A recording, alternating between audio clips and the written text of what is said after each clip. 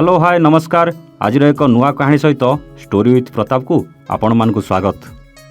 मु मझिरे मझिरे सहर गाँ को बुलवा जाए जीविनी बा केमिति गाँ सहित जमिति मोर गोटे भल पाइबा हृदय अच्छी। गाँ को गले घरे पहुँचु पहुँचु बो बापा आ घर समस्त को देखा कर देई गाँ छक को आसी जाए समस्त सहित मजा मस्ती करी हसीबा आउ से छकरे ताश टिके खेलिबाकू। सेदिन गाँ छकरे पान खाई ताश खेलुथुली। हठात नरेश आसी पहुँचला। कहला नना नमस्कार, केबे आसिल, सबु भल तो? तार सबु प्रश्नर उत्तर देउ देउ से कहला नना आसुन टिके गाँ भितर सेपट आड़ू बुली आसिबा। एमिति भी बहुत दिन धरी गाँ भितर को जाई नथिली। कहली हौ चल बुली आसिबा। ता बाइक रे बसी बुलिवा को चलिली। सेई रास्तारे आगरु अनेक थर जाइछि, किंतु सेदिन से रास्ताटा मते जेमिति नुआ नुआ लागुथला। माटी सड़कटा बदली कंक्रीट हो जाइथिला।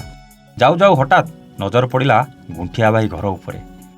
नरेश को गाड़ी रखिबा को कहली। रास्ता घाट सबु किछि बदली जाइछि, हेले गुंठिया भाईर से नुआणिया चाल छपर घरटा किंतु सेमती अछि। बाइक रु ओल्हेई घर पाखକୁ गली आउ देखिली चाल रे खोसा हेतिला गुंठिया भाईर से प्रिय बंशीटा। बहुत मने पड़िला ता कथा। गुंठिया भाई बिना बंशी रे जे घरु बाहर नथुला।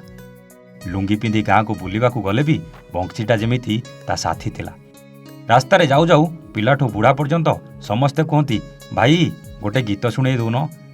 ता बंशी स्वर शुणिले जे केही भी जानीपर एटा गुंठिया भाईर बंशी स्वर बोली। पूरा मूर्खटा, पाठ सिना पढ़िनी किंतु गीत गाइबा और बंशी बजेबारे आम अंचल से थिला माहिर। पेट को दिमुठा दाना जोगाड़ करिया पई अनेक जात्रा पार्टी रे काम करिछि। खाली आम गाँ नुहे, पाख आख 5 खंड मौजारे पूजा मेला आ भजन समारोह हेले गुंठिया भाई को खोजा पड़े। खोजिबा नहीं केमिति, से न आसिले से सुरेला बंशीर स्वर किए बजेइब।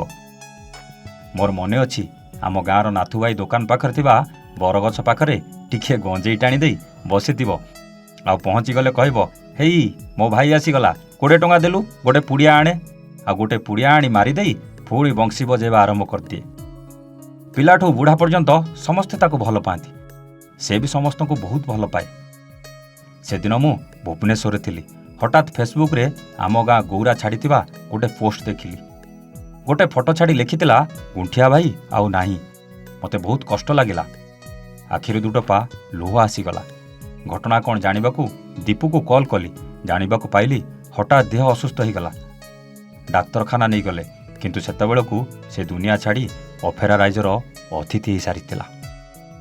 तांको परिवार रो कांद बोबाली रे फाटी पड़ुथला गाँ दांडटा। आ पूरा गाँ जेमिति से दिन स्तब्ध हो जाइथिला। पाख आख गाँ रे जी शुणुथुला गुंठिया बाई चलीगला भाभी मन दुख भी करुथुला।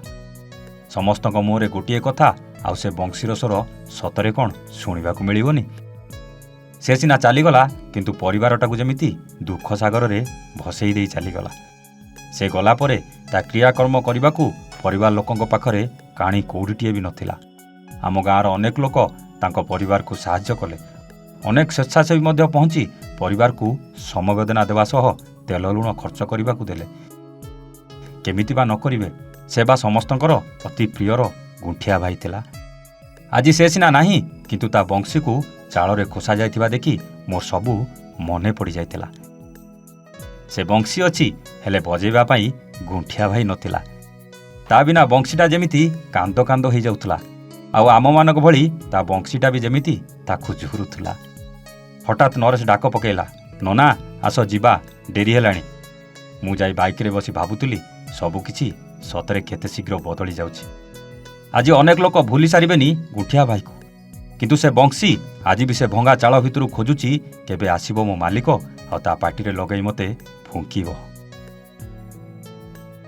जदि कहानी आपन को भल लगे लाइक शेयर करने को भूलिबेनी।